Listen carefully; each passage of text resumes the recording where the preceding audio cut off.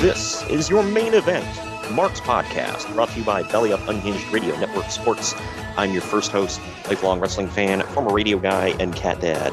I am Troy. And with me, as always, he is the main event collector and figure hunting warrior. He is the WCW watcher of classic wrestling, and the Reggie White to my Kevin Greene. It's Greg. What's up, Greg? All right, I'll take the Minister of Defense. I'm good with that. I didn't follow the careers of Reggie White and Kevin Greene. I know Reggie was on the Packers at this time. Was that just his team always, or was he one that? So. Okay, I know this isn't a football podcast, but I didn't know if he was one of them that kind of bounced around. I know, especially some of them like legends, like even Jerry Rice bounced around like, kind of at the tail end of his career. So yeah, so he was an Eagle and a Packer. Oh, okay, gotcha. And he had a cup of coffee with the Panthers, but I don't think he ever made the team. I know, obviously, Kevin Greene plays for the Panthers here. Didn't they say he played? Kevin Greene, I know he played for the Panthers here. Didn't they say he played for the Packers at one point, or was that Mongo? He played for the Packers, the Panthers, the 49ers, and there may be one other one in there. Let me see. I know I'm missing one. Oh, the Steelers. Gotcha. Okay. Yeah. Rams, Steelers, Panthers, Niners, Panthers. Nice. Okay. And twice, by the way, if you didn't hear that. And you said Reggie and Kevin are both in the Hall of Fame, right? Yeah. Yeah. Okay. That's why I could have swore you told me that. So I know any dedicated football listeners or watchers, whatever, that are listening are going to be like, why don't you know this stuff? But I'm not a football historian. Greg knows a thing or two, I'll say, about football. Packers have been one of my teams since I was a kid, because like I said, there were no Raiders here. Yeah. So I loved Reggie White. And you were a big Brett Favre fan, I know. God, yeah, still my all-time favorite player. Right. Yeah, like you like all the quarterbacks that people hate, man. Brett Favre, Tom Brady. You're just destined to. Raider fans, for some reason, want Derek Carr's head. I don't know why, but I don't get it. I mean, I don't know. 5,000 yards a year isn't enough for them, I guess. I don't get it. Yeah, I don't know. That's weird. Kind of like as a Browns fan, I liked Baker Mayfield. I was not ready to jump off the bandwagon just yet, but the team has spoken, and we have Deshaun Watson now. So, which is a huge upgrade, but yeah, I'm not saying that Baker had to go. I saw people saying it's like, after all Baker did for you guys, and then you toss him overboard. It's like, yeah, I guess. But I mean, if you have a chance to upgrade, why wouldn't you? I don't know. He had more money in his next contract anyways. He was not going to get a max deal, so it's whatever. Yeah, right. Well, for everybody out there, this is not a football podcast, obviously, as I mentioned. We're talking about wrestling today. There's a reason, though, by the way, for why are you going on a football rant? Because it's a huge thing in this event. Yeah, right. There are literally 3 big-time football players on here. I mean, I don't know if Mongo was, I don't know what kind of numbers he was putting up when he was on the field, but he's got a Super Bowl ring. He's the greatest defense in history, so you got to give him that. Yeah, he's got a Super Bowl ring, so there you go. That Goldberg stole. Yeah. So and he manages to shoehorn that the monsters of Midway, and whenever he freaking can, man. So yep. There was even, when they were talking about reforming. He's more proud of his Bears than Jordan is of his Bulls. I'm pretty sure. Right. And Jordan's got like 6 rings. He's got 1. Well, and I just remember when they were talking about reforming the Horsemen, and he was cutting a promo trying to talk Arn Anderson into reforming the Horsemen, and most of the promo was about his time on the freaking Bears. They even had an interview with Mike Ditka. I'm like, okay. Whatever. Be proud of your team and all that. Super Bowl ring is really hard to do. Nobody gives that to you. And I'm not trying to diminish wrestling titles or anything, but at the end of the day, those are awarded to you. Like an Oscar. Yeah, right. You have to win and be better than everybody else to get a Super Bowl ring. So those are. The percentage of people with Super Bowl rings is, if 1%. Yeah, you look at the entirety of people who ever played in the NFL. It's not a big number, man. and we've got over 50 Super Bowls in the in the can at this point. So I don't know, but either way, we are talking about 1997 WCW yet again. This is a follow-up. If anybody hasn't listened yet, go back and listen to Spring Stampede 1997. That was a good event. Yeah, that was a good event. I think WCW put on a lot of great events this time, or in 1997. Their best year ever, right here. Yeah, and WWF didn't suck during this time either. They were putting on some good stuff. We're actually going to talk about the pay-per-view they put on. We're not going to get deep into it, but we got a news story about the pay-per-view that they put on this month, so we'll talk about that. And that was a banger.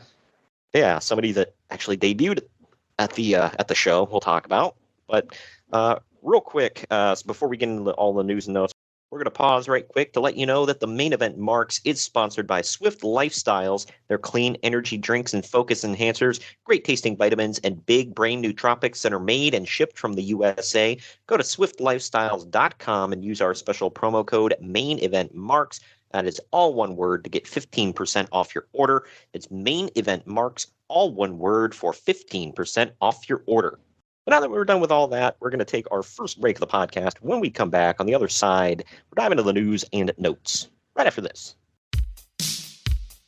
Follow the Main Event Marks at facebook.com/Main Event Marks Pod, on Twitter at Main Event _Marks, and on Instagram at Main Event _Marks and at Main Event Collector.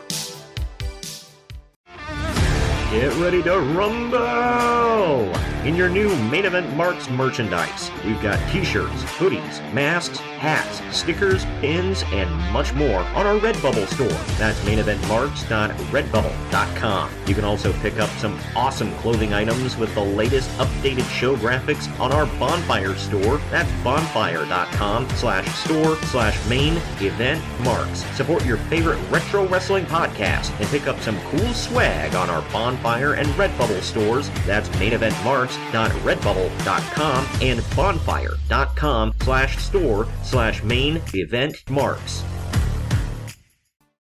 Hello everyone, my name is Ryan McCarthy and I'm the host of the No Credentials Required podcast. Start your work week with the Monday Drop-In, where I talk about the sports beat in the Capital District, also known as the Mighty 518, as well as Metro New York sports from an upstate point of view. I also give a life lesson from a weekly sports story, so you might learn something from that. I also have a midweek podcast where I interview different sports personalities and talk about a wide array of topics. Take a listen and subscribe on your preferred podcast app, including Apple Podcasts, Spotify, Spreaker, Google Podcasts, Amazon Music, and iHeartRadio. Also check out our social media channels on Twitter and Instagram, BellyUpNCR, and Facebook.com/BellyUpSportsNCR. We're a part of the Belly Up Sports Podcast Network in association with Godzilla Media. No credentials required, where you don't need a press pass to talk sports.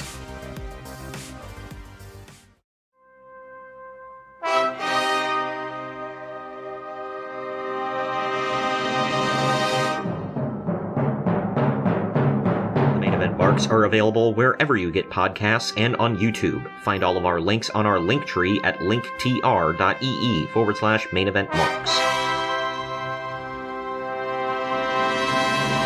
And we're back. Just to let you know, the Main Event Marks is sponsored by Shocked Energy. Shocked Energy is a healthier alternative to traditional energy drinks that gives the energy that gamers need while in a long session without skimping on their health. Their products come in a powder form to mix into your water. You can either choose the green apple or watermelon boxes. If you want to try both, you can get the sample kit. Use our link in the podcast description or simply go to shockedenergy.com. At checkout, use our promo code MAINEVENT. That's all one word to save 10% off your order. That's promo code MAINEVENT to save 10% at checkout. News and notes time. By the way, last week was Double Main Event week. I hope you all tuned in for that. We dropped two shows that I thought were, well, one of them was good. I always try to do that. If we have one that's like, I try to squeeze it in on a Double Main Event week. So either the bonus show or the regular show are not great, and the other one is pretty good. Yeah, and you would think that our numbers reflect that, but you people eat you up. Right. And so thank you. Yeah, and I've thought about toasting the bonus show a couple of times, but honestly, some of our bonus shows are our most listened to episodes. So, hey, as long as you guys keep checking them out. We'll keep pumping them out.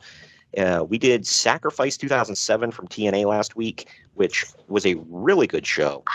And we did Saturday Night's Main Event 1 from 1985. That one was not such a great show, but we've got almost an entire hour of news. Okay, but you're also talking about the show itself, right? Because I think we made a really good podcast show. Oh, yeah, I think the podcast turned out great because we got, like I said, we got almost an hour of news. The event itself is only 4 matches. It's not very long, which is why we made it a bonus. And plus, it wasn't a regular, it was a special event for the WWF at the time, right after WrestleMania 1. And the news, we travel all around the territories, all around the world. Some good stories in there, I thought really made the podcast. So please go check that out if you have not already. And, check out our link tree, linktr.ee/main event marks. All the links are on there. But diving into the news and notes here from... Hang on, let me get ready. Here we go. Dive in head first. Good Lord. It's 5 o'clock somewhere, man. And if you're listening to this after 5 o'clock, well, then you win the pony, I guess. But here we go. In August, WWF's Monday Night Raw is expected to change time slots, moving up an hour later from 9 p.m. to 11 p.m. Eastern. The decision was made by the USA Network because they're shuffling around time slots of a lot of the network's TV shows. The later time slot should allow the WWF to be a little bit more risque than they have been. Yeah. Although word is that WWF didn't have any say in the decision and didn't really want to make the change. I'm sure Russo was perfectly fine with the change. Bro! He's like... Sex and violence, bro! Yeah, bro. More nudity, bro. Bro, nobody wants to see men in tights, bro. They want to see women naked, bro. Yeah, right. Bro, nobody cares about wrestling. They care about my scripted entertainment, bro. No one can ever accuse that man of not being heterosexual, by the way. Yeah, right. They can accuse him of being, having an arrested development, but, that's beside the point. Yeah, so this did happen. When I started watching Raw, actually, it was in the 9 to 11 slot. And at the time, I was fairly young, so I got to watch the first hour live before I went to bed. And then for all of you out there that don't remember, we videotaped it. So that when I got home from school the next day, I watched the second hour of Raw. What the hell does that mean? Yeah, right. Everybody look up VHS, and it's not the movie. So what is this weird contraption? Is this like the work of the devil?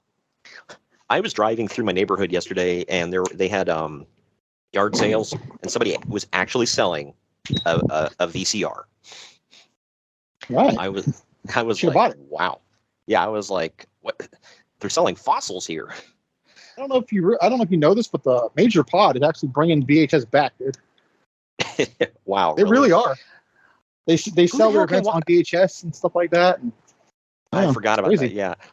The WWF's latest in-your-house pay-per-view called Cold Day in Hell is in the books, and the biggest question was how Ken Shamrock would do in his in-ring debut. The answer turned out to be pretty good. He and Vader had a stiff, nearly UWF-style worked shoot match, and Shamrock showed a... Shoot, bro! Sorry. Bro, punch him in the face, bro. Do it for real. And Shamrock showed a lot of potential as a wrestler. Uncle Dave Meltzer basically says that the WWF has a great feud on top with Steve Austin versus the Hart Foundation, but it's getting overexposed, and they have pretty much nothing else interesting going on. The WWF roster depth is lacking. Get the hell out of here. In '97, I think the hell roster, man. Yeah, I mean, I don't. The one thing all they were Hart lacking. Foundation, basically everything from the main event of July 97's pay-per-view. Yeah, I think they still had the Undertaker, the Nation of Domination. They still had Sid here, I believe. What the hell were you watching, you idiot? Yeah, I don't know. It's well, and then you now in the archives, we reviewed In Your House Canadian Stampede last year. And yeah, that's what I was talking about. That one right there alone should tell you the depth of their damn roster. Right. Vader, Patriot. I mean, you can argue that they weren't main eventers, but I'm not necessarily talking about main eventers. He's talking about depth of the roster. So I don't know. Shawn Michaels still there. Triple H. Was it SmackDown 2002, 2003? No. But it was damn good. Yeah. I don't know. I don't know. Speaking of who I was just mentioning, the Patriot is expected to be starting with the WWF in June or July, likely under a different name. Nope. It would be August. Go figure. He got that one wrong. Are you sure it was August? Because I thought Canadian Stampede was during the summer. He wasn't at Canadian Stampede though. I thought he was. What was the show? Was it Survivor Series? Am I thinking of? Probably. He was in a multi-man match there. Yeah. Oh, okay. Yeah, that's what I'm thinking of then. He debuts right after SummerSlam, and he's Bret Hart's opponent for Ground Zero. Because that makes sense. Well, hey, the Patriot versus, the American Patriot versus the Canadian Patriot. So there you go. Moving on overseas here, but still keeping with the WWF. This story blew me away. Good Lord. Let me get ready for this one. Atsushi Onita has been telling people that his recent meeting with Vince McMahon, saying that a couple of FMW wrestlers will be wrestling in the WWF soon. Onita also says that he's been trying to put together one of his usual exploding ring matches to air on a WWF pay-per-view. Meanwhile, FMW will be helping the WWF promote a tour in Japan later this year, and there are discussions of doing a big interpromotional show with WWF, FMW, ECW, Michinoku Pro, and Pancrase. Can you even imagine?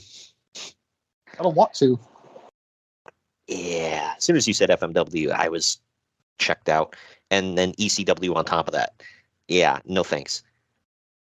WWF isn't going to work with Pancrase, first of all, because they are a worked shoot place. I know Shamrock is from there, but they don't do that style. They were never going to do that style. So I don't know. And then Onita actually thought they were going to let him do an exploding ring match in the WWF. Yep. They were risque, not stupid. Just, God dang, dude. That guy really was like effed up in the head, wasn't he? A tad. Yeah, maybe too many bombs exploded in his face. I don't know. This one, going down south here, Jake Roberts no-showed 2 dates in AAA. Hold on, man. I can't believe that. Yeah, knocked me over with a feather. Well, Jake obviously has a pretty bad track record these days, but AAA is such a disorganized mess that it's also not uncommon for guys not to even know when they're booked, so things like this happen. Anyway, Jake was scheduled to team with the fake Razor and fake Diesel, who, for whatever reason, are still working in AAA using those gimmicks. Oh, gosh. Well, I mean, when you have something very successful, you hold on to it, dude. Right. He probably saw that booking and was like, nah. Look, weird things get over in Mexico, but, like, did fake Razor and fake Diesel really get over down there? Like, for God's sake. I can't imagine. I feel we say the same thing about Japan at times. Yeah. Oh, yeah. Different weird things get over in weird areas. I don't know.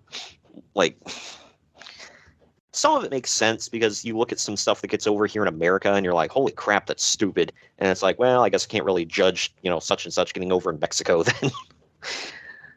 There's enough here, so I guess I can do it. I haven't done it in a few weeks, so bring it back. This week in ECW. Sorry, that's what I think of it. What the F? That's perfect coming out of it. God. They did an angle at the most recent ECW show where Rob Van Dam and Paul Heyman argued, which is to set up a deal where RVD is expected to appear on Raw this week. This would continue playing up his gimmick of wanting to leave ECW to work Monday nights for one of the big companies. Speaking of which, Rob Van Dam debuted on Raw doing a squash match against a jobber named Jeff Hardy. Yep. Yeah, well, that jobber just, had a match against Darby Allin. Is that a good thing? I don't know how you're putting that over. That jobber just wrestled the great Darby Allin. That's how it came off to me. What the hell? Well, if he's a jobber, it should have been relegated to dark. I don't know about you, but RVD also cut a promo before the match, running down ECW and calling himself Mr. Monday Night. Oh, he is. Yeah, Mr. Monday night, Mr. Thursday night, Mr. Friday night. He was Mr. Tuesday night for a minute. he was Mr. Pay-Per-View. You remember that? Oh. I like how John Morrison kind of took that gimmick and ran with it for a while because he was the Monday Night Delight. Or I think at first he was a Tuesday Night Delight because he was on ECW. Yep. But lest we forget that. Oh, come on, man. That was, I don't know. Shut up. I remember what you were going to say. Just shut up. Anyway, there are lots of conflicting stories on the future of Stevie Richards. Oh, well. Oh, man. Yeah, we all need to remember, where he is and what he's doing. That is how the story is conflicting on Stevie Richards. Yeah, I know. Good Lord, please sign. I got to know. Sign me up for the news on this one. Yeah, I mean, here's the time when I signed up for the Wrestling Observer because I was like, I need to know what's going on with Stevie Richards. That's dancing Stevie Richards. Well, he split from the BWO at a recent show, and word is that he's still negotiating a contract with ECW. Supposedly, he has at least signed a letter of intent to stay and negotiate. There's no word on if he has any other offers. Several other ECW wrestlers have received offers from WCW, but all are pretty much locked into ECW contracts. Let's see here. 1987. Who would leave? Steve Richards, Raven. What's his name? Saturn. Was it 97? I think 91. Yeah, I think we debuted in September. Oh, okay. I think 911 left too. Yeah, I actually have a story about him coming up. Yeah, so we got a lot of these guys are locked in. Huh? Those letters of intent, they mean something. Lest you lose and forget about 911. He was gonna break through, man, and be their top guy. You joke, but apparently he was one of them. Yeah, he was over with the crowd. Yeah, but just and it's because he literally came out and did a choke slam. Over with that crowd. So what's your point? Yeah, well, a lot of people pointed out, it's like Paul knew how to use him. He came out and did one move and left.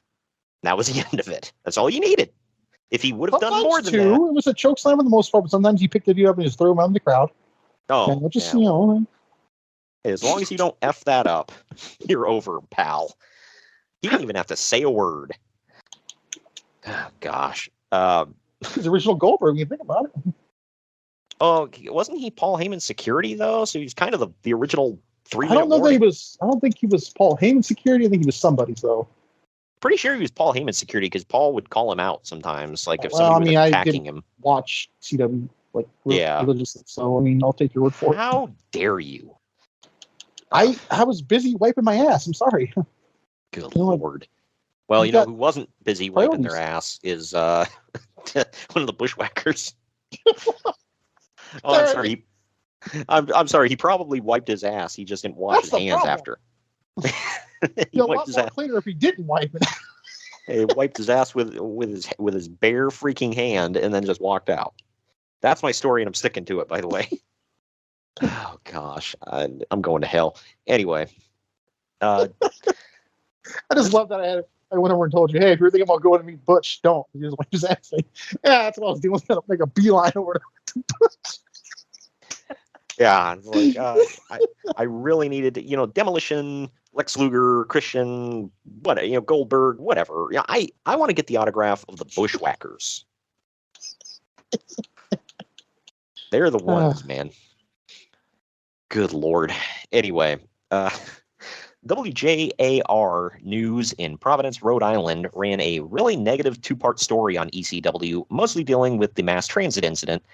The story hinted that a lawsuit is expected to be filed against ECW and included clips of the incident itself. I love, by the way, how it's the mass transit incident and it has nothing to do with a bus or a train or anything. Right? You have to know that this kid went by the name. Yeah, it's...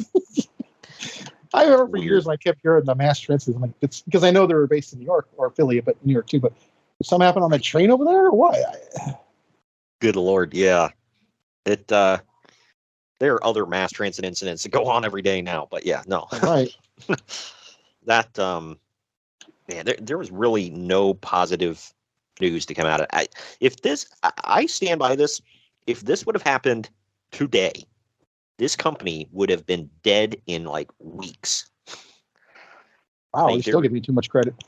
I probably am, but there's no way a wrestling company could survive something like that today. No freaking way. Like, anyway, getting into the WCW stuff here. After the longest absence of his career, Ric Flair returned to the ring at Slamboree, will return to the ring at Slamboree, 8 months after surgery on a torn rotator cuff. Flair will team with Piper, Roddy Piper, that is. God dang it, pronouns, pal. And Kevin Greene against Scott Hall, Kevin Nash, and Syxx in a match that will be more interesting for all of the behind-the-scenes drama in recent weeks than the match itself. Flair and Piper didn't not to spoil anything, but no. Flair and Piper didn't want Syxx in the match, and it eventually led to a bunch of quasi-shoot comments from both sides during TV promos. And as we pointed out on the last show that we did, I think, or the last WCW show we did, I think, it was like people were standing around going, what the hell are they saying? Because most people, especially during this time, did not pay attention to the dirt sheets. So if you don't know what the hell is going on behind the scenes, you were confused as hell by most of the stuff being said in like Flair and Piper's promos. I don't know. Like, and even Dave pointed out, he's like, they're broadcasting to millions of people and they're cutting promos for 2 people, Kevin Nash and Scott Hall. So the rest of the crowd is like, what are they talking about? Yep. That's some ECW style crap there, man. Not to take it back to that, but ECW. WCW supposedly asked Kevin Greene to turn heel and turn on Flair and Piper. In their Slamboree match at Charlotte, but he turned it down since he's pretty beloved in Charlotte, I'd say. They're not going to boo Kevin Greene, dude. Like, it's not going to happen. Just goes to show you they wanted everybody in the NWO. Yeah. Yeah, well, we got Kevin Greene in the NWO. It's like, shut up. You're going to get Dennis Rodman in there soon enough. Or is he? You know, all due respect, is a bigger star than Kevin Greene. Right. Like not, but he is. Everybody watched the Bulls back in the 90s. Like, not as many people cared about the Carolina Panthers. All right. Anyway, Eric Bischoff had a meeting with all the wrestlers before Nitro and announced that Kevin Sullivan is taking a 4 to 8 week hiatus as booker due to burnout and other personal issues. Bischoff insisted that it was just a break and that Sullivan isn't being replaced as booker. Sullivan recently cut a promo on a Saturday night show talking about having a shoot fight with Chris Benoit in a bar. That happened back in January in New Orleans, and the general public that doesn't read newsletters obviously had no clue what Sullivan was talking about. Here we go again, man. He also talked about how Nancy is still family to him. Overall, it was just sort of weird. In the meantime, Bischoff... who calls their wife or ever family? It just sounds weird to me. Well, ex-wife. Yeah, it's a little odd. I don't know. And it's like that if you had kids with the person, like, you still have something like tying you to them, I guess. But yeah, it's like this. You got a clean break, man. Like, there were no kids, nothing. It's like, all right, see you later. Next. But in the meantime, Bischoff, J.J. Dillon, and Terry Taylor will be doing the booking. During the meeting, Bischoff also talked about how the stories of backstage dissension coming out in the dirt sheets was hurting the company, to which, Uncle Dave vehemently disagrees. He says, well, it's not that the leaks are happening, it's the fact that you're letting this happen. And the cock himself was on the booking committee right now, you said. Yeah, right, the cock of the walk, Mr. Terrence Taylor himself. Terrific Terrence Taylor. The tailor-made man. The fact that there are quite a few names for this fool and we're not making these up is pathetic. Yeah, right. This one I had no idea about. You probably didn't pay enough attention to this stuff either, but it's like, wow. Akira Hokuto won the WCW Women's title at Starrcade a few months ago, but after Hokuto left the country recently, WCW did a phantom angle where they announced Medusa was the champion. The problem is, no one told Medusa, and when she showed up at Nitro last week and they were talking about her being champion, she had no clue what they were talking about. Also, what the hell? Right. Also, for Hokuto, when the reporters in Japan asked her about losing the title, she also didn't know because no one told her either. There's a similar story going on as we speak, by the way. But go ahead, I'll tell you after. Someone just posted it in the pod group I'm in, and I was like, "What?" Wow. Yeah, that's like, good grief. The least you could do is tell them that this was happening. And we'll actually talk. There's a follow up to that in the women's match we got on the show, but I'll cover that at the time. At the latest WCW tapings, a new guy named Bill Goldberg debuted. Stop real quick. Did you hear about the thing with Karashita? I heard something's going on with her, but so on Dynamite, she's injured. They announced she's injured on Dynamite. She's out of the Owen Hart tournament. Uh-huh. Okay, and then she immediately goes on Twitter and says, "Wait, I'm injured. I just wrestled 4 matches in a row here in Japan. I didn't know I was injured." Holy crap! Good Lord! What the hell? What was the point of that? I don't know. I don't read that crap. I just someone posted. I'm like, wait, is this real? Like, yeah, apparently she and they showed the screenshot of Twitter, her saying that I'm not her. I just wrestled a bunch of matches and all this stuff. Why? I'm not gonna say she's their biggest women's star. She's not, but she's one of their top female performers. She held the title for ever. Why are you gonna mess around with her? I just laughed though, they say it on TV, and oh, maybe we should probably tell her. No. Yeah, okay. It's maybe play along. You want somebody to play along, maybe tell them. Yeah. But Tony Khan's adamant though, he's not like WCW. And here you go. Yeah. In the pudding right there. There you go. Good grief. And that also is a danger of letting your talent wrestle in other companies while you're trying to get stuff over in your company. It's effing dumb. Anyway, at the latest WCW tapings, a new guy named Bill Goldberg debuted. He's a former football player and showed a lot of potential considering it was his first match. Oh, that's going to go. Yeah, he's not going to go anywhere. With a name like Bill Goldberg, good Lord. He's going to come out next week as the Hebrew Hammer. Good Lord. I also want to point out how they shortened his name to just Goldberg. Right. It's kind of like what goes on in WWE today. Oh, well. He said... kind of did it first. Well, he said that his name originally was going to be the hybrid or something. Yeah. And then they didn't want to use that. Something they're like, what do we call him? They're just Goldberg. And they're like, that's not going to get over. Yeah. What name? What do you seal? What the hell? Or Madonna? You don't remember that on Superbad? It's just got one name. Just as McLovin. One name? What do you seal? Good grief. I was thinking of do you remember the Inspector Gadget movie with Matthew Broderick? I don't know if you ever watched that. The guy who played Claw, he's like, just Claw, one name, like Madonna. Good grief. But yeah, I don't know how they can say, oh, he showed a lot of potential. Dude, he did 2 moves. It's all he needed. Right. Yeah, well, I'm not saying that's bad. It's just how can you say he showed a lot of potential? That's like people crapping their pants when, Hook's first match, he came out and did 3 or 4 moves, pinned the guy and won. It's you didn't see anything. I don't know. I like to see stuff. Good Lord. You like to watch. I do. Which is now a shirt over at our Redbubble store, by the way. Go check it out. I think it's also on our Bonfire store as well. So, you can see all those links in our link tree. Cheap plug. This is what I was referring to earlier, by the way. It's funny that you brought this guy's name up. WCW jobber Big Al, formerly 911 in ECW, is upset and has been complaining about doing nothing but jobs since its arrival in WCW because he was a crowd favorite in ECW. Oh, well then. Wow, that crowd. Well, 911, they probably saw you wrestle.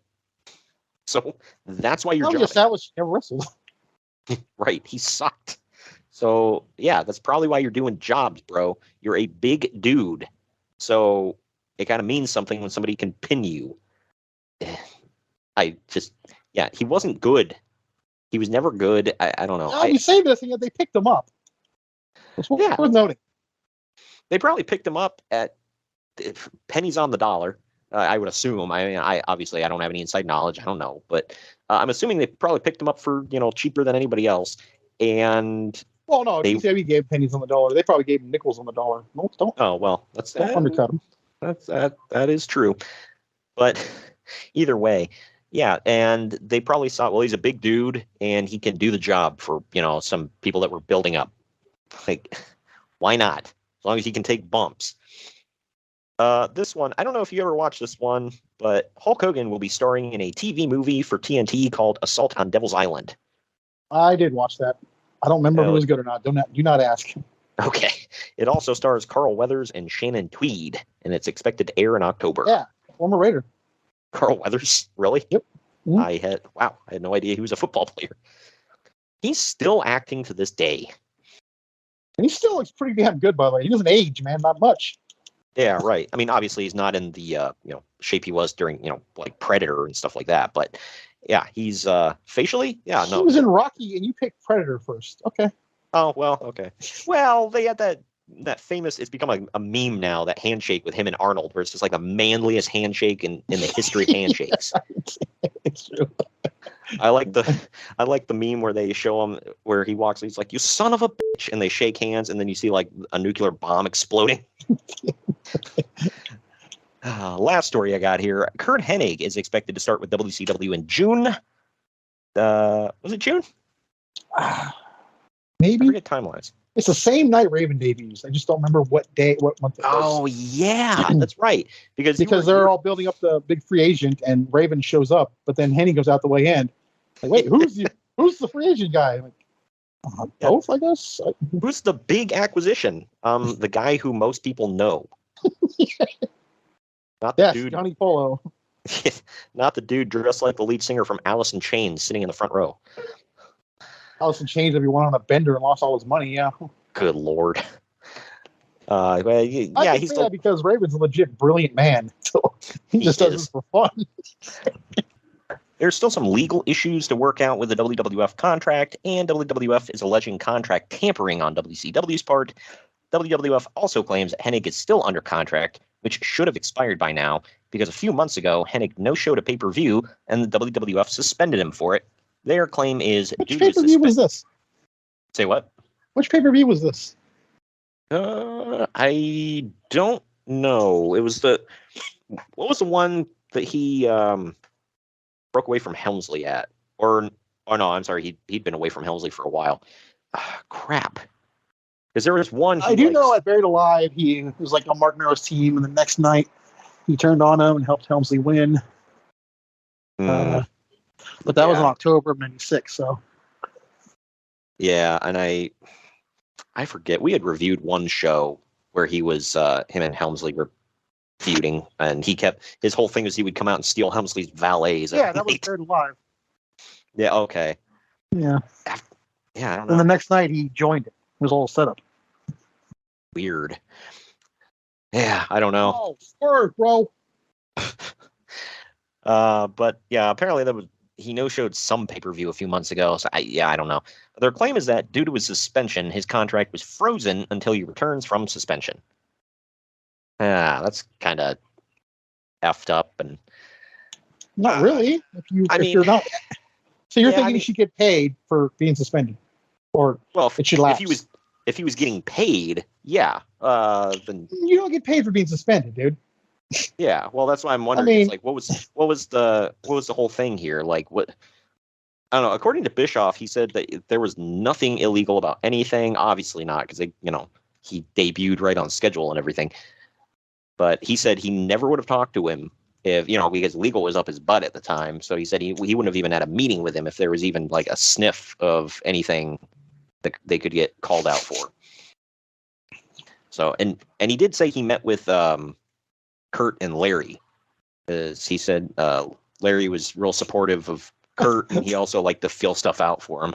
That sounds so fake. I had a meeting with Kurt and Larry. Right? Like the whitest names of all time. There you go. But yeah, so and that was kind of a mark out moment for Bischoff because he grew up a Larry the Axe fan, watching AWA and all that. So Either way, that is the end of the news and notes. We're going to take our next break. When we come back, we're diving into Slamboree 1997 right after this. Follow the Main Event Marks at facebook.com/Main Event Marks Pod, on Twitter at Main Event _Marks, and on Instagram at Main Event _Marks and at Main Event Collector. This message is brought to you by Belly Up Sports. No, just kidding. This is not an NWO promo. This is just me, Kyle Sullivan, aka Shaggy Von Doom, the host of Here in Puckburg on the Belly Up Sports Podcast Network. I have a hockey podcast where we talk about hockey fandom and the love of the game and where that leads you in this game we call life. Why am I on Main Event Marks telling you about this? Well, what if I told you I had one half of the world's greatest tag team, otherwise known as the Main Event Marks, the one and only Greg, Superfly Greg. He was on, and he was talking about his love of the game. So you might want to come over and check that episode out. And if you like what you hear, you can check out the rest of our incredible episodes with our incredible hockey community, from PHF athletes, ESPN personalities, fathers of NHL players, and a whole lot more. Come by, follow the show, give a like, give a subscribe, and it'd be great to have you here in Puckburg. But enough about me. Let's get back to what you're really here for, the Main Event Marks, because they are the cream of the crop. Oh, yeah.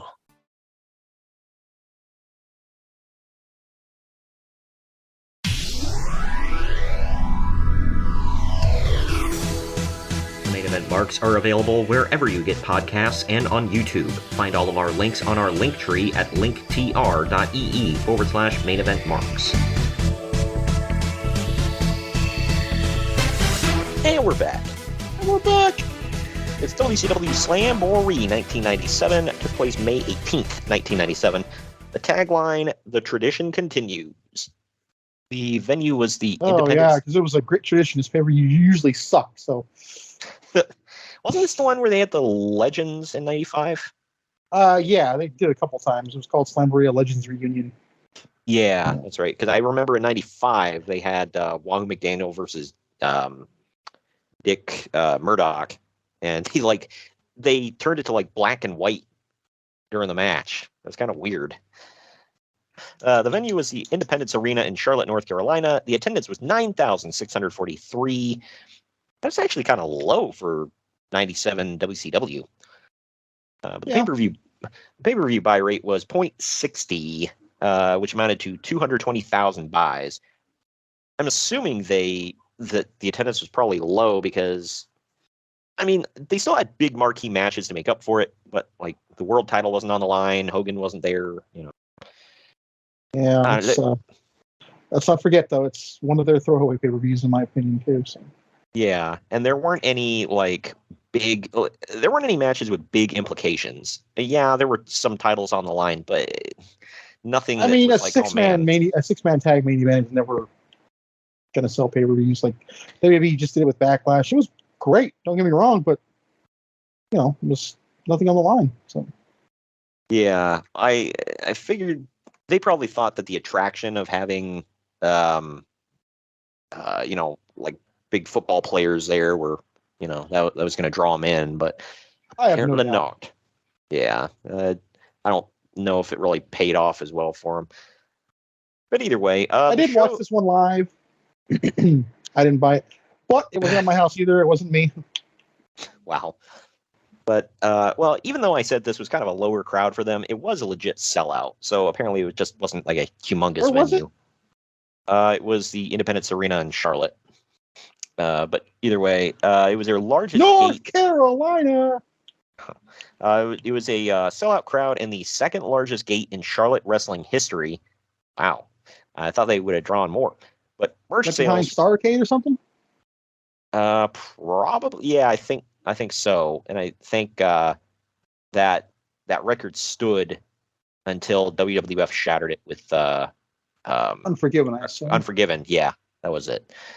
But merch sales for the show were also one of the highest in WCW history. After we go to commentary, we go right into the show. Gee, I wonder if those were all NWO shirts. Yeah, I wonder.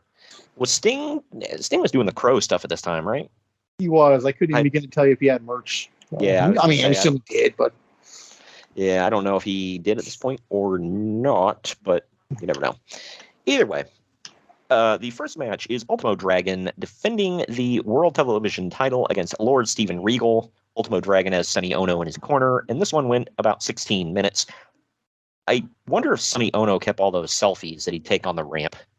I assume To he my did. knowledge, by the way, he admits to the selfie. So Yeah, right.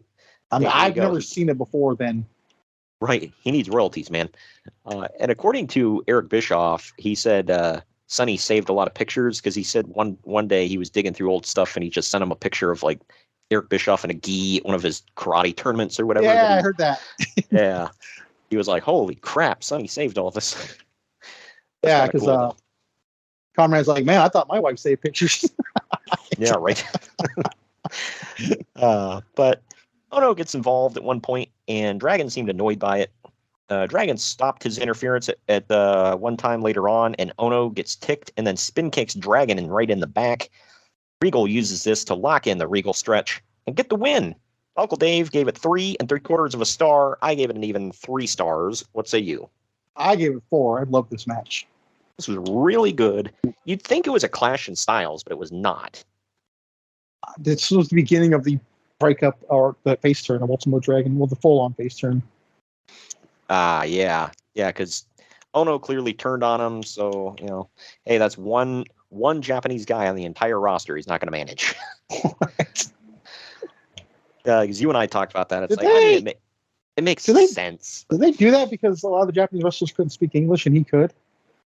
I'm assuming so. I mean, like I said, it makes sense, but I don't know. I think he complained about that. He's like, you only stick me with the Japanese guys. It's like, well, yeah. I mean, they all need a mouthpiece. And he was with somebody else too. I just can't remember who at the top, off the top of my head right now.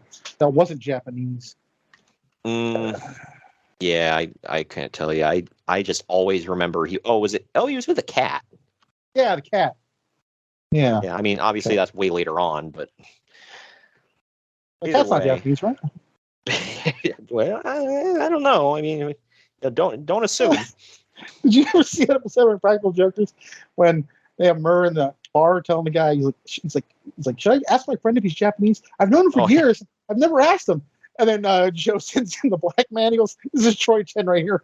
And he asks the guy, are you Japanese? And the guy's like, yeah. Good Lord. I forgot about that one.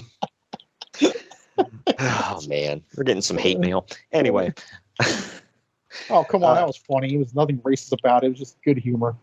Of course. Wow. Yeah, but you can't be funny, Greg. God. Right. Have you learned nothing? Really not. I'm stupid. Wow. All right. Anyway, up next is Luna Vachon versus Medusa, which seems weird to say. Good Lord. Sorry. Just getting a flashback of this match.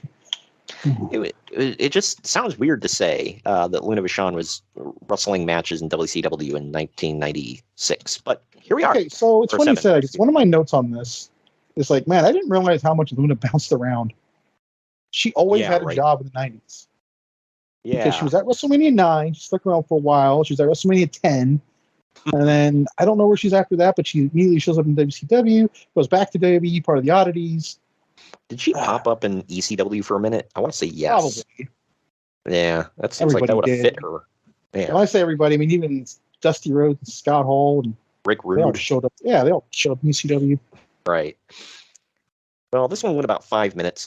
I wish WCW had done more like of this with the women in the 90s, like women that could actually wrestle. Well, the problem is they only had one. Yeah, they had to import. Bischoff said it wasn't cost effective because most of the women that could wrestle, because they actually wanted women wrestlers, most of them lived in Japan, and it costs a lot of money to keep bringing them over, which I feel like AEW is going to run into that. I mean, now they're finally starting to build up like some women talent like here that doesn't have to go overseas. But yeah, at first it would be nice if they put them on TV too. Yeah, right. They've only got like 3 that they feature. But in the end, Medusa hits a bridging German suplex for the win. This match was billed as a #1 contender match for Akira Hokuto's title because WCW is now reversing course on the Phantom title change and saying that Hokuto is still champion because apparently no one in the company has a clue as to what's going on. Uncle Dave gave it a star and a half. Uncle Dave gave it a star and a half. I give it a star, 2 stars. What say you? You're both crazy. I gave it 1. It was terrible. Really? I thought it was pretty good, actually, especially for anything else we were getting in the 90s from women in America. So, I don't know. Bro, That is no bra and panties, bro. No. Good Lord. That is until they bring in, Akira Hokuto and Bull Nakano and all that. So, but after the match, Bull Nakano, a.k.a. CM Punk's favorite wrestler in the world. That's no joke. Blows my mind. She's good, but good grief. But after the match, Medusa takes off the American flag top she has on to reveal a red top under it, and then celebrates for the fans. And this is when I started giving it a little bit more stars. Good grief. Of course. But now... Bro. All right, enough. It goes back to what you were talking about. But Mean By the way, Gene real quick, I'm going to point something out. Did you realize... I mean, you probably did. How inflated her chest became after she left WWE. Go back and watch a bunch of those versus this. I mean, yeah. And I mean, hey, whatever. You could say she covers. Whatever. It's whatever, but it went from small as hell to basketball size. Wasn't even gradual. You could also argue, and I think you are right. I tend to be with your assessment of it. But she also was heavily covered up. Yeah, in totally. WWE. So I don't know. I mean, I'm not knocking it. Hey, whatever. It's your personal decision. It's wow. It wasn't even gradual, is my point. Right. Well, according to Uncle Dave, so because apparently he keeps up with the doctors of all these women. Yeah, so it's doc. Yeah, well, and he keeps up with all the doctors of the men too, so he knows exactly when they're taking steroids. So, good Lord. Anyway, it's pretty built, man. I want to piss test him too. Yeah, right. Well, that's what. Hey. Eric Bischoff brought it up. He's like, I wonder what Dave is on to get those arms, like that and everything. He's pretty jacked himself. So he doesn't do competitive sports, so I don't give a damn. Just shut up about it. Right. But anyway, Mean Gene Okerlund is on the stage when the NWO music hits, the real music, not the B Team music. Macho Man Randy Savage and Elizabeth come out. Macho steals Gene's mic and chases him off. They get in the ring, and Savage says that the NWO are at the center of the universe. And when the fans chant for DDP, he says, "No, not DDP." And then he says DDP no longer wants to feel the madness. And then DDP comes out through the crowd with a crutch, leading to Savage and Liz hightailing it. The NWO meets him on the stage as DDP eggs Savage on. Paige says that Randy's got to get back to Hulk Hogan's house so he can wash his car and kiss his ass. I love that. Bischoff tries to calm Savage down, but to no avail. Macho slides into the ring, and DDP takes him out with a crutch. The rest of the NWO B team and Eric Bischoff get in too, until Scott Norton attacks from behind. DDP gets beaten down until the Giant rushes the ring and chases everyone off. The Giant. The Giant. But then it leads from that, which seemed like a Nitro segment, into this. It's Yuji Yasuroka. Is that how you pronounce it? I don't know. Well, we'll just say yes for now. Okay. Somebody, I'm sure people will correct me. He's taking on Rey Mysterio Jr. in about 15 minutes. Why does Yuji look like TJ Perkins? Or I guess TJ Perkins look like Yuji. I don't know. Do you see what I'm talking about? I can see it now. But anyway, this really was a great match, but I just didn't give a damn about Yuji, so that kind of took me out of it a little bit. Rey Mysterio wins with a move that would eventually become the West Coast Pop. Uncle Dave gave it 3.25 stars. I gave it 3 stars even. What say you? I gave it 3, and I still to this day don't know who the hell this guy was. Yeah, I don't think he went on to. I mean, I don't know what he did in Japan, but I'm assuming he didn't do anything else here in America. So, yeah, I don't know. Either way, now that we've got that garbage out of the way, it's time for the real marquee match here, man. You ready for this? Good Lord. What? It's what I've been waiting for. Oh, nothing. It is you Mortis. Be you. It is Mortis with James Vanderbeek taking on, or Vanderberg. God, James Vanderbeek. Dawson's Creek. It's Mortis with James Vanderberg in his corner, taking on Glacier in just under 2 minutes of action. I'm not gonna lie. I'm gonna be honest with you right now. I didn't even rate this match. Don't ask me for a rating at the end, because I literally started it, and I think I was like eating popcorn or something, and I was like eating something, and it was like I was already over before it was even started. I feel like, and then I had to rewind it. Like, did I actually even hear a bell? Well, yeah, sort of, kind of, I guess. I don't know. I had to go back and change because I forgot his name was James Vanderberg here. I thought I kept writing Daryl Van Horn. That was another one of his names. Yeah, don't get that wrong, because you'll ruin everything. Wow. Yeah, I forget, because he was Daryl Van Horn at one point, and he was James Vanderberg, and then he goes to ECW and he's Sinister Minister, and he goes to TNA and he's James Mitchell. I don't know. I think Sinister Minister was probably his best work. Oh yeah. But we get a jump start as Mortis attacks Glacier while he slid into the ring. Wrath now walks out during the match and attacks Glacier from behind with Mortis's staff, his cartoonish effing staff. This was his debut, right? I guess they knew who he was, so I guess he debuted on Nitro. This was like, I thought it was his debut. Oh, whatever. Okay, so now, somebody can correct me if I'm wrong, and I know they will, but yeah. But this draws a DQ. Uncle Dave and I both gave it a dud. You said you didn't rate it because, yeah. What the hell was there to rate? Right. This literally, I'll do one better. Instead of being this could have been a Nitro, this could have been a backstage segment on Saturday night. You're not wrong there. Yeah, this was which was at 605 Eastern on the Superstation. Good Lord. Yeah, this was something, man. I will say they had some cool entrances, but then that damn bell had to ring. There it is. I will maintain to this day that Glacier one of the coolest entrances in wrestling history. Yeah. Well, and then after this, they had to go back to their hotel, so apparently Kanyon could beat the crap out of James Vanderberg. Oh my god! If you believe Dark Side of the Ring and everything Mitchell said, he said Kanyon was very volatile and would randomly lash out and attack him, like for real, even though he best almost friends. Literally shot him with a gun. By the way, right, dude. If I had a best friend that would randomly lash out and beat the crap out of me or choke me until I passed out, I don't think I'd be best friends with that guy for very long. That's something I can do without. I thought he was a devil worshiper. I thought only God believed in forgiveness. I'm confused. Wow. Yeah, he gave him quite a few chances, so I don't know.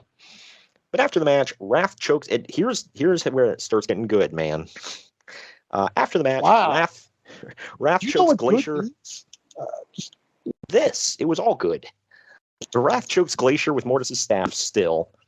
And then Mortis holds Glacier, allowing Wrath to beat on him some more. Vanderberg gets in on it as well. Finally, Ernest the Cat Miller slides into the ring, making his debut, I guess.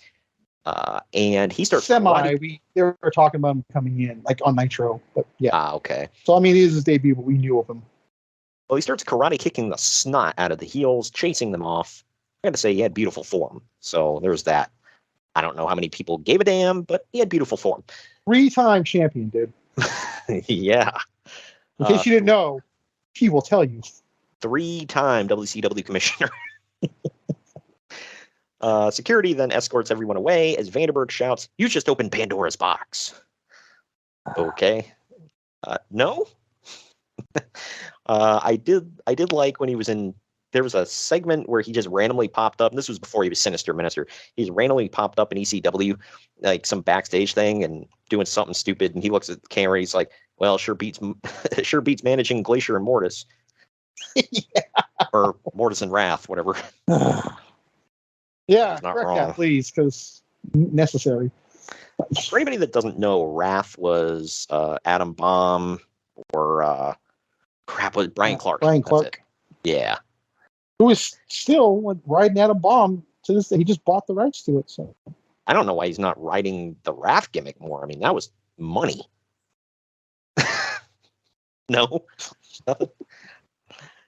I remember when I barely worked with Glacier. Okay, like Wrath was nothing without Glacier, and that's still not saying anything.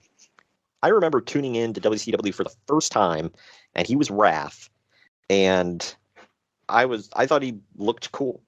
But hell yeah, they all look cool. I'm not going to deny that. All of them did. Even Sinister Minister. I mean, well, this was when he was just wearing the singlet, and he was coming out. I think he was a babyface at this point. So this was like later in '97, early '98, something like that. Oh yeah, when they were doing like a semi thing with him, like they were. Yeah, he was doing like they were gonna. He was doing what they eventually did with Baron Corbin, basically. There's like short little matches. He'd hit the meltdown and leave. Yeah. Yeah, they were kind of doing big stuff with him, honestly. Right. Or it looked like they were getting ready to do big stuff, and then he just kind of disappeared off TV. Maybe he got hurt. Right.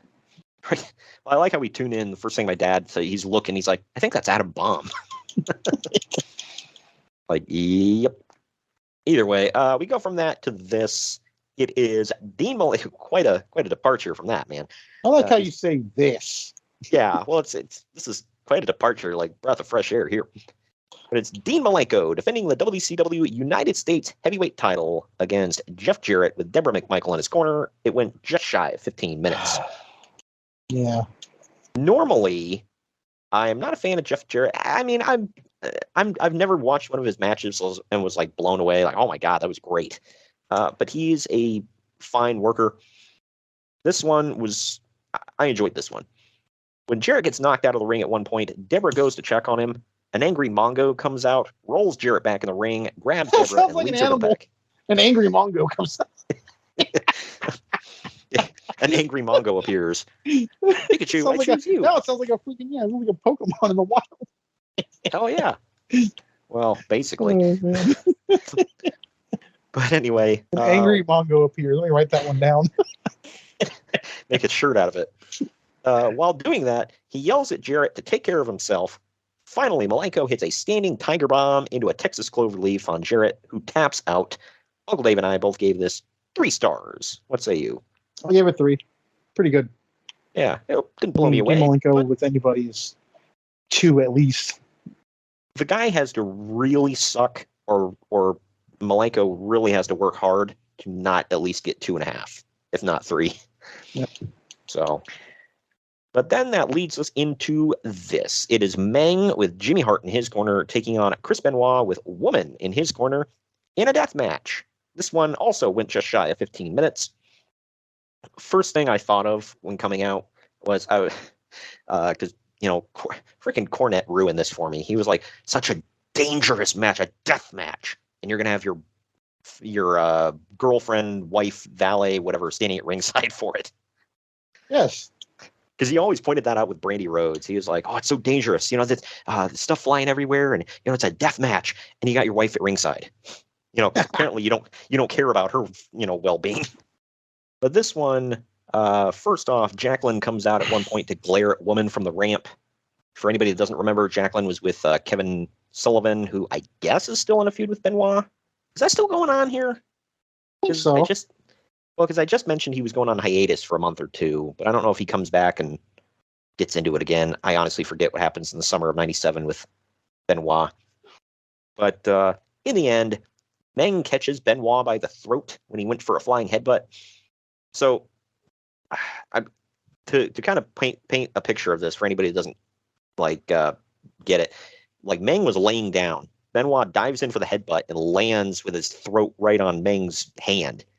And freaking Meng stands up, locks in the Tongan death grip, and while Benoit's shaking his head no, Woman finally gives up for him. That's the end of the match. I thought it was a creative finish. Uncle Dave gave it 2 3/4 of a star.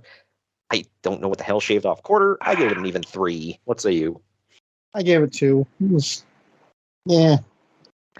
I liked it. I liked it more than I thought I would. I'll say that. I didn't think I was going to hate it. But yeah, I don't know. Meng didn't suck.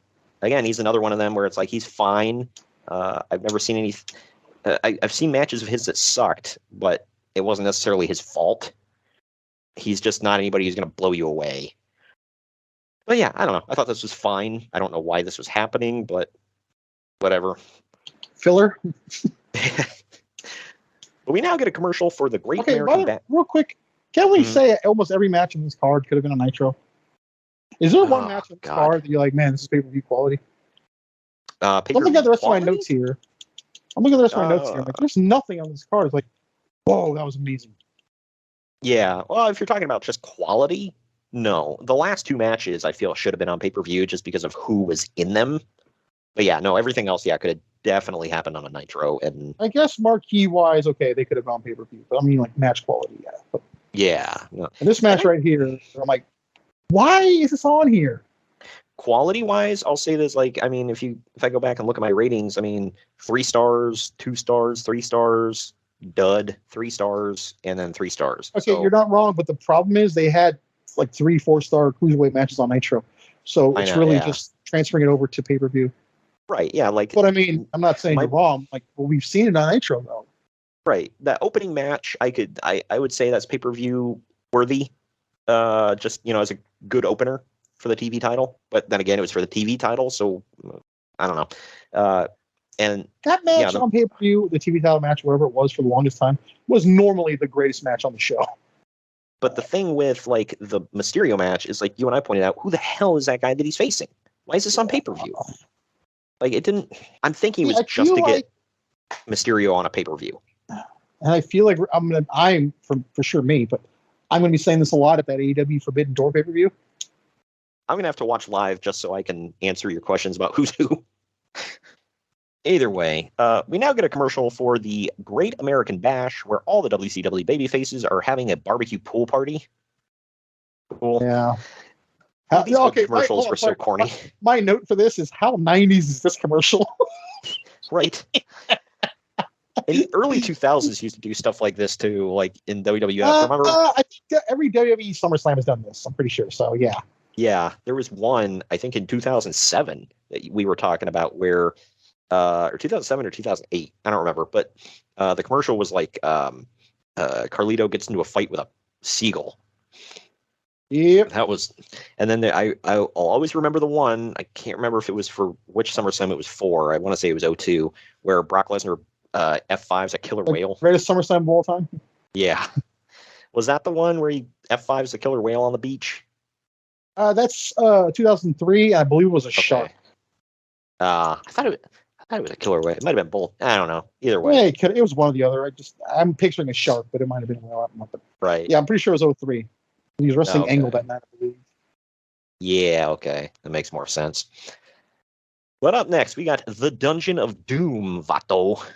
It's Conan and You mean Hugh that Morris. group that was lighting the world on fire that WWE's struggling to keep up with, according to Hey, they jumped ship. So, yeah, there you go. It was still going in 97. It's like, we had to keep up with that Dungeon of Doom angle, which was on fire. They can joke. WCW was making money, and Nash and Hall did jump ship. So, and last laugh. More or less making fun of the idiots in that group, not the group. It's like, not the angle. Like, oh man, because if we're gonna compete with anybody, we got to compete with Kevin Sullivan and Kamala and Zodiac, Hugh Morris, Meng, and Barbarian. Man, this is. Oh yeah, of course. I don't know why you're being sarcastic. Anyway, it's still my stuff, by the way. This is Conan and Hugh Morris with Jimmy Hart in their corner because, of course, taking on the Steiner brothers of Rick and Scott Steiner. It's been about 9.5 minutes. Yeah, go blue. They were wearing red here, so yeah. Well, you know what?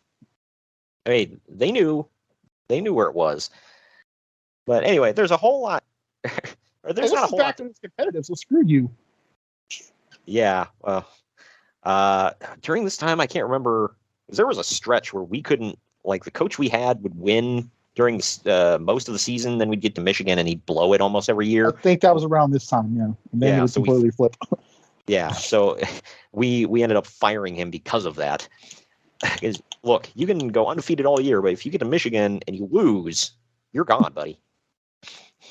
I'm not even joking. I know you're not, and that's very fair, I think.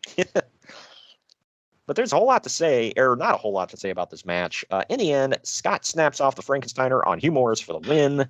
Uncle Dave gave it a star and a quarter, or I'm sorry, 1 1/3 stars, I think. That's unless I wrote that wrong. Maybe it was a quarter, and I wrote it down wrong. Either way.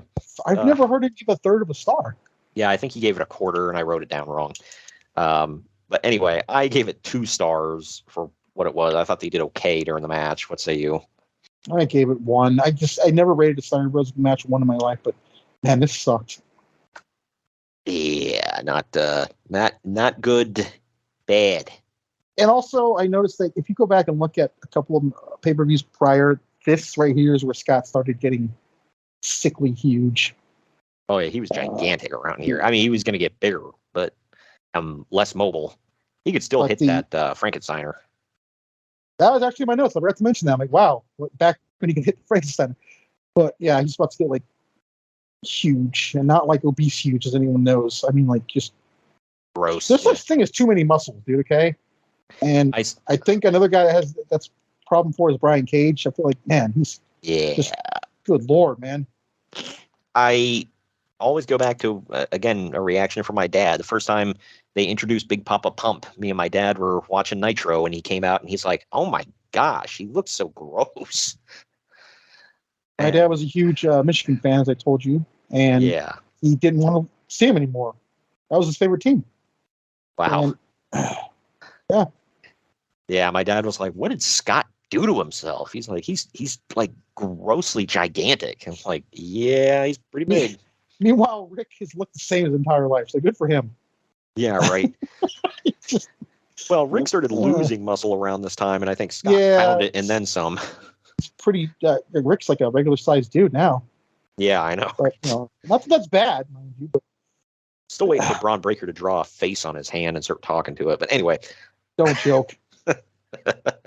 Don't give him ideas. Well, between that and buffing up like Uncle Scott, so maybe I'll take the face. Yeah. I don't know. Well, thank God he can cut a way better promo than his dad ever could. I'll say that. Right. His promos consisted of the kicker chips.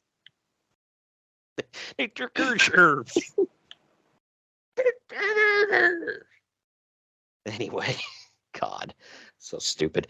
But after the match, Jimmy Hart is throwing a fit in the ring. He and Hugh Morris are blaming Konnan for not having Hugh's back. Konnan beats up Morris and takes off as Jimmy Hart goes off on him. Oh, man, this was the end of him in the Dungeon of Doom. This broke my heart, dude. I know. Like, oh, no. Not the Dungeon of Doom, Vato. Can I say that? I don't know. Anyway. I'm not going to oppose, but I'm not going to speak for others. Right. You're like, look, I don't represent the entire community, okay? I only represent half. Literally. Yeah, right. But up next, we got Steve Mongo McMichael with Deborah McMichael taking on Reggie White in 15 minutes, 17 seconds. This one, man. No. Mongo tries to lead at one point. I'm trying to be careful here because Reggie's passed away, but how do you not at least have some kind of athleticism in wrestling if you were a football player?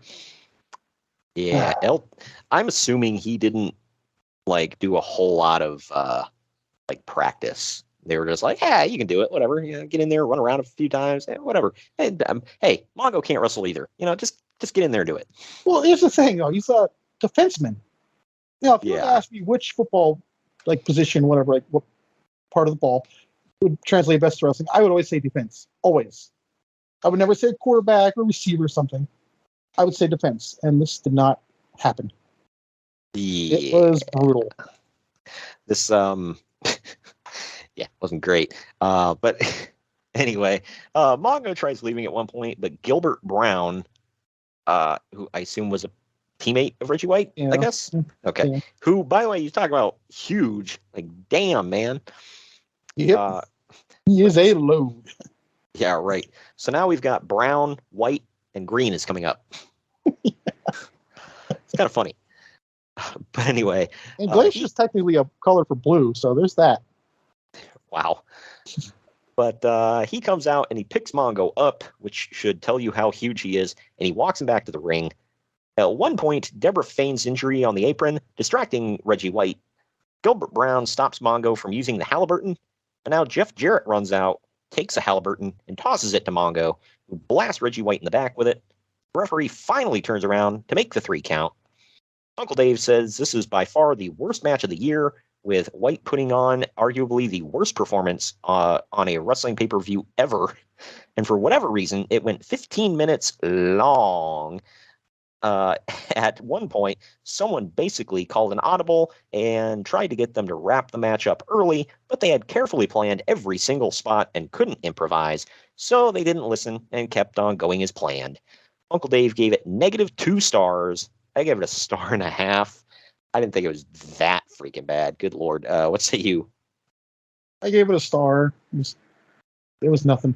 That part about carefully planning it out and couldn't go to the end, was that from Dave? I mean, he wrote that, so I don't know. Well, so he would know then, right? He knows for a fact. Yeah, the whole they tried to end it early, and I was like, did they though? I mean, know that. He could be right. I'm not saying he is. How do you know that though? He writes it as fact. Right, and the thing is, I mean, yeah, WCW. Maybe I'm giving him too much credit, but I would assume WCW is not going to be dumb enough to think they can improvise. Mongo hadn't been wrestling that long, and he wasn't very good. Reggie White had never wrestled. He's almost exactly a year at this point. Yeah, and Reggie White wasn't good. I mean, he'd never wrestled before, so why would they think, oh yeah, they'll improvise, they'll call it in the ring? Like, what? Okay, and I want to point something out, not to get ahead, but we're about to see another football player in a match that's pretty damn good. That's a 6-man tag. Doesn't that tell you something?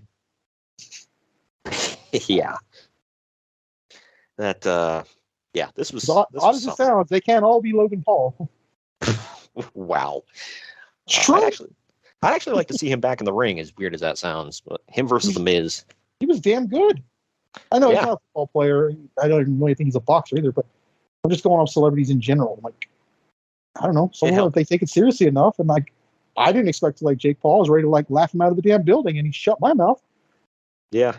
Hey, I don't know what happened to Reggie White. I don't know what happened. Yeah, I mean, it's it helps that he's athletic and he works out a lot. So, and again, I can't emphasize enough. He took it seriously. Right. It wasn't a joke to him. I mean, I don't know how much gym hitting Bad Bunny did, but he was pretty good in his match too. So apparently, better celebrities ever. The hell out of him. So there you go. Apparently, what? So it's apparently Damian Priest trading the hell out of him. So there you go. Yeah, well, I can imagine because Priest takes it pretty seriously. I can imagine he's like, look, dude, you can't embarrass me out there. It's WrestleMania. And it was his first Especially WrestleMania. It might have been make or break for him too. So yeah, it was his first WrestleMania and a marquee match. And the first WrestleMania since COVID ended. So there you go. There's a lot going into it. But speaking of a lot going into it, we're going to take our next break. I gotta say though, I miss Reggie White. It sucks that he died. He died way too young. Way too young. Well, this next guy we're about to be talking about, he died too early as well. But, sucks. But we're going to be taking a break right here. When we come back, we're going all in for the main event right after this. Follow the Main Event Marks at facebook.com/Main Event Marks Pod, on Twitter at Main Event _Marks, and on Instagram at Main Event _Marks and at Main Event Collector. Hey gang, it's Commissioner Cooper of TSS Fantasy. We are the fantasy show of the people. Expert fantasy advice, free contests, leading expert medical and legal analysis, and most importantly, you. Interact with us on all social media platforms or check us out at tssfantasy.com. You can hear us on Spotify, Apple and Google Podcasts, iHeartRadio, and many more. Check out the fun today and be a part of the most interactive fantasy show around. TSS Fantasy, the fantasy show of the people.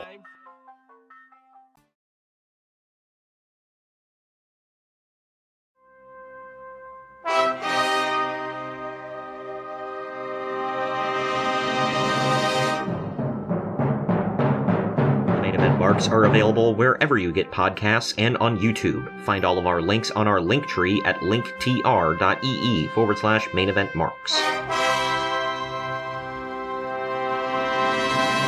And we're back. It's the NWO team of Kevin Nash, Scott Hall, and Syxx versus Ric Flair, Roddy Piper, and Kevin Greene. Oh my gosh. Unofficial Wolfpack, by the way. They called themselves that before it was even a thing. Right.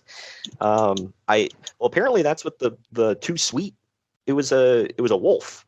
Yeah, Turkish said, wolf. Yeah, they said they got that from way back in WWF. So I can't. Do you remember how? There's a picture like when Shawn Michaels won the Intercontinental from Jeff Jarrett of all of them doing the Too Sweet in the ring. Right. Yeah, I remember that. I definitely remember that one. Do you remember where they said they got it from? I think wasn't it Lex Luger that gave it to him, or did he call him? Lex Luger was involved somehow with a name or something. I just don't remember what. Oh, yeah, I don't remember. That sounds familiar. Something about Lex Luger. No, it was Fox. Sorry, I now remember. It's coming back to me. It was Waltman. He came up with it. Or he knew of it. Yeah, I knew Waltman came up with it. I just didn't remember where he said he got it from, or if he said he got it. Where he said he got it from. That's to my knowledge that Waltman came up with it. So there you go. Yeah. That's my contribution to these notes. Sorry. Okay. Wow. But yeah, I mean, the one thing that sucks is you look here, Kevin Nash, Syxx, and Ric Flair are the only three in this match that are still living. The other three passed away. So literally half of this match has passed away by now. Sucks, man. I know. But Kevin Greene and another one, way too young. Mm-hmm. Yeah, Piper was what, 60? Yeah, he was still young too. Yeah, blows. But this one went just shy of 17 and a half minutes. I will say that's a long time, but it went well for being that long, I thought. Things break down at one point. I thought it went extremely well. Yeah. But things break down at one point, and when the ref tries to stop it, Roddy Piper knocks him out. This is no DQ, by the way. I forgot to mention that. Nick Patrick takes over now, which the commentary is skeptical about. Ric Flair locks a figure four in on Scott Hall. Roddy Piper slaps on a sleeper hold onto Kevin Nash, and Kevin Greene hits Syxx with a power slam for a pinfall win. At one point, Roddy Piper wanted out of the match completely, and since he has creative control, there was nothing WCW could have done to stop him. In order to convince him to do the match, the NWO members all had to agree to do a triple job, which made the Charlotte crowd go insane, but as you can imagine, the NWO guys weren't super thrilled about it. Flair's arm and Considering shoulder... what three they are, yeah. Yeah. It's like, really? Did that really happen? I know Nash has went public with a lot of drama about this and whatever. And especially with Piper, yes. Right. But at the same time, it's like, did they really? It's like, just to keep Piper in the match, did they say, oh, well, we'll all lose? I don't know. Maybe. I'm not saying it didn't happen. I'm just saying, like, I don't know. But either way, Flair's arm and shoulder still clearly weren't 100%. Overall, it was a fine match, and the crowd loved it. But by the typical Flair standard, it wasn't great. It turned out that Kevin Nash was right. Syxx was the only one who made the match watchable from an in-ring standpoint, so it's good that they had him there. Uncle Dave gave it 2.5 stars, as did I. What say you? I flirted with 2 and 3. I went ahead and said 3 because it was better than it should have been considering everything. Yeah. Well, since you're going back and forth between 2 and 3, I mean, that's about where I lied with it, and same as Uncle Dave said. Yeah, I was going to say 2, average. But like the fact that it was this watchable with a football player. Mm-hmm. And Kevin Greene was probably the best of all the football players that wrestled in this show, obviously. Right. I can't think of a better, and I'm not talking about football players who made the jump to wrestling full-time, but I can't think of another football player that was a better wrestler. I mean, even LT wasn't, I don't think he was as good as Kevin Greene. He was fine. Well, Kevin Greene also watched it since he was a kid and was dreaming of doing it. That's why Pat McAfee's so damn good, too. Like, really? If you, like, I guess if they watch it since they're a kid and wanted to do it, they take it a little more seriously. Right. Yeah. And that's again, going back to Logan Paul, not a football player, but like they show all those videos of him like running around with like replica titles when he was a kid and all that. And, like, I think if they want to do it, they can. So. Yep. I agree. But so to close the show out, basically the baby faces celebrate for the fans. We close the show, roll the credits, all that good stuff, and that takes us to and that takes us to our final break. When we come back, we are going to tell you about the final ratings here and tell you what's to come in the following month here on the podcast, right after this. Follow the Main Event Marks at facebook.com/Main Event Marks Pod, on Twitter at Main Event _Marks, and on Instagram at Main Event _Marks and at Main Event Collector. Good morning, good afternoon, good evening, and good night. My name is Thomas, and what's your name? I'm Alan. Yeah. We're brothers. That's right. Yeah. The same mother and father. Your room was... Oh, we shared the room. Shared a room. We shared the room. Thought I knew your face. Yeah, we go way back, mate. Yeah. We should do a podcast then. We have. We do a podcast. We do a podcast. What's it called? The Broadcast. Yeah, that was planned. Yeah, well. What do we do? Well, we cover all different things in the world of pop culture. We're talking about comic books, we're talking about professional wrestling, and we're talking about movies. Go back and watch classic retro wrestling events, the likes of WWE, WCW, and if you do like that, you can check us out on Apple iTunes, also on Podbean, Anchor, and on Podknife. Also check us out on Twitter at The Broadcast. That's BROKAS. There. Nearly stuffed up the ending. No, it's all right. Good on you. Yeah. Instagram also at The Broadcast Podcast. Remember, we don't spell it with a C. We spell it with a K. Sorry, mate. Take it easy.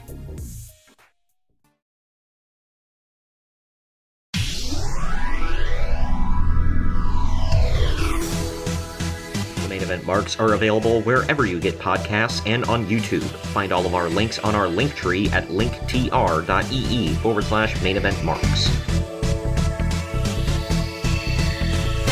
And we're back. Final ratings time. Internet Movie Database gave this 6.4 out of 10. People were pretty harsh on this. CageMatch.net gave it 5.61 out of 10. Out of sheer enjoyability and match quality, I gave it an 8 to 8.5 out of 10 for like a B. But to your point, nothing like, not a whole lot of actual like stuff that should have been on a pay-per-view on this card or deserved to be on a pay-per-view on this card. Well, what did you give it? Not a lot of stuff that couldn't have been a Nitro. Right. But I gave it a C+. Yeah, It wasn't that bad. No, I enjoyed it. I know a lot of people hate the term throwaway pay-per-views, but I feel like that's exactly what this was. It's hard to say it wasn't, in all honesty. They're building to, not in this show, but their event, their big one is Splash of the Beach, obviously. They're building to that, or what's coming up.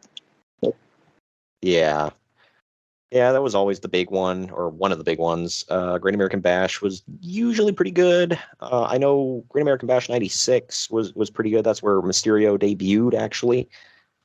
Outsiders put Bischoff through the table. Right, yeah. Now in the archives, go check it out. But, yeah, so that wraps up the month of May. We're chugging right into our anniversary month of June. It will officially be 2 years since we've been doing the show this month. And We'll have a cake. I will post it on social media. Nice. And yeah, I'm excited about our lineup this month, man. It's officially summer here in Ohio. Thank God. It was a long time coming. Wow. I It was I love it because our winters last forever. And I'm tired of the freezing freaking cold. I like to actually get out and do stuff. This month, in June, we are covering on the 1st of June, actually, opening the month up with WWE King of the Ring 2002. This is the final event. Yeah, it's the final King of the Ring pay-per-view ever, and it's 20 years old, so I figured we'd keep the tradition alive of covering King of the Ring for June and touch on this one. This was a big event. A lot of stuff happens around this time. And there's a lot of news to cover. I've already collected that. And well, I can imagine.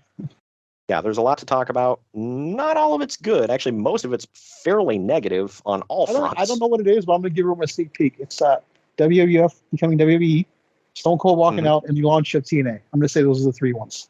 Those are three big stories for sure. There is the imminent demise of the WWA, which was still trying to be a thing at this point. And it wouldn't really be a demise. They just all go to TNA technically, but yeah. Most of the major stars, did in fact end up going to TNA, and that was a major thing. They couldn't fill a house anywhere, and it was not good. The XWL, was it XWL, XWF, whatever the hell? I think it was XWF, was still trying to be a thing, even though their number one guy, Hulk Hogan, was now in WWE. So that company didn't work for him, brother. Yeah, right. Yeah, it stuff went downhill. And all in all, business in WWE honestly was down, believe it or not. Obviously, they would be fine. I mean, and especially with no other competition in town, what the hell else is going to happen? And even though business was down, you and I talked about this was one of our favorite years in WWE because there was just like so much going on. At least it is for me. I assume it is for you too. It's one of them. Yeah. And now we're going on June 8th. We're going 30 years back in time for WCW Beach Blast 1992. This Only one, Beach Blast, I believe, right? there were like 2 or 3, I want to say. I thought it was the only one as well. But on June 15th, we're hopping back on our TNA 07 wave here, and we're covering Slammiversary 2007 for its 15-year anniversary. I always liked Slammiversary. It was always one of the big ones. Yeah, Slammiversary 5, right? Technically, I mean, it was 5. Was it? Yeah, I guess. Yeah. I mean, it might have been the third Slammiversary, but I think it was like 5 years, right? Yeah, I think that's how they build it. Fast forward to present day, we're going into 20 years of TNA, still going. Freaking nuts, man. I mean, it's not called TNA anymore, but yeah, effing nuts, man. And in 2022, there is a Queen of the Mountain match. So, wow, really? There is. Wow, that's kind of cool. But yeah, that's coming up June 15th. The next week is double main event week. It is June 22nd. We're covering Great American Bash 1997, which we were just talking about. I'm trying to remember what that pay-per-view was. The main event was Randy Savage taking on DDP again, but this time in a Falls Count Anywhere match. Right, yes. The Hogan again, by the way. This is another one of his months off. I know. He always took off for Great American Bash. You figured he'd be all over that one, but I could be wrong here, but I don't think he's ever competed at Great American Bash. I don't believe he has. Yeah. It's just kind of ironic. I know. It's weird. But we also get the Outsiders taking on Ric Flair and Roddy Piper. So literally what we just watched, but minus 2 people. Kevin Greene takes on Mongo. We get another Chris Benoit versus Meng death match. And Akira Hokuto defends the women's title against Medusa in a title versus career match. Are you sure? They weren't. Glacier and Wrath, Conan and Hugh Morris. Okay. Why are we doing this review? We're doing the whole thing again? Hey, it's sandwiched by some good stuff because we open with Ultimo Dragon and Psychosis and then Harlem Heat and the Steiner Brothers. So there's some good stuff. Yeah, there's potential there. Yeah, and then the last few matches will be fun. That main event I'm looking forward to seeing. Savage and DDP are always good stuff, pal. It was the feud of the year in 97. Oh, for sure. But that week we're also covering NWA Clash of the Champions Dose, Miami Mayhem. It was a show. So, yeah. I don't remember this one. I mean, I think I was like 4. I don't remember this one, so I'm looking forward to watching it. Yeah, it's a show. That's really all I can say about it. The main event was Arn Anderson and Tully Blanchard versus Sting and Dusty Rhodes for the tag titles. Literally can't be bad, right? Yeah, I would assume. And it opens with Barry Windham versus Brad Armstrong for the U.S. title. So there you go. That can go either way. It should go good. Yeah, it should be good. The Fantastics take on the Sheep Herders for the U.S. tag titles. That's when it unwashed hands at all. And what makes it worse is it goes almost 20 minutes. Think about that. The Bushwhackers, almost 20 minutes. So, I don't even drink. I made any more for that. We almost had you. And we had to deal with that. Jimmy Garvin and Ronnie Garvin take on the Varsity Club of Rick Steiner and Mike Rotunda. That could be okay. And Nikita Koloff takes on Al Perez. That one. What year is this? 88, right? Yes, June of 88. Wondering if this is the lead-in or the fallout of that Tower of Doom match. Yeah, I forget. I know Nikita is a babyface here, so there's that. I'm pretty sure this is same month. Now, I don't know if it came right before or after the American Bash. Right. Well, this month we will wrap up on June 29th with a second Slammiversary. It's TNA Slammiversary 2012 for its 10-year anniversary. That one, Robert Roode has got to be in the main event. So it's Slammiversary 10, according to them. You said 12, right? 2012? Yeah. Yeah, this is Rude. perfect, and I'll tell you why. Because for some reason, because when I program my cable box to record impacts, Yeah. I just usually skim through it and see what's going on. And it records every impact, and they show old pay-per-views before actual impact on Thursday. And my box right now recorded Slamboree 2012 for some reason because they aired it right before. So I will not nice. have to fish for this. It's awesome. Oh, that's pretty cool. Yeah. And it looks like a pretty good card. It opens with Austin Aries and Samoa Joe for the X Division title. For the Can't go wrong there. Yeah. Hernandez and Kid Cash. That one is whatever. Devon and Garrett Bischoff versus Robbie E and Robbie T. Okay, that one.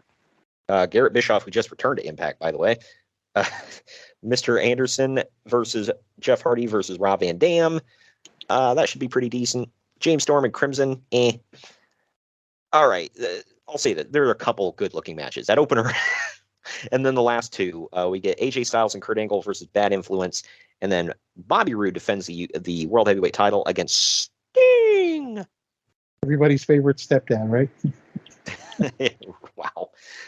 But anyway, yeah. So I'm not hurting your mom, Slugger. Yeah, right. Oh, good Lord. Hey, how about I take you out for ice cream later, huh? We can get to know each other better. Don't call me Slugger. I don't even play baseball, you jerk. Or, like we said, it's either that or he's the used car salesman, where it's like, hey, what is it going to take for me to get you in this car today? Oh, I don't know. Kate Upton in the passenger seat. Good Lord. But all right, yeah, that wraps up the month of June for us. Very much looking forward to it. Should be some good crap, pal. But yeah, thank you for joining me. You might have hit the nail on the head with that one, dude. Good crap. Wow. Well, thank you for joining me today, Greg. Yep. We will see you all next week in June for WWE King of the Ring 2002.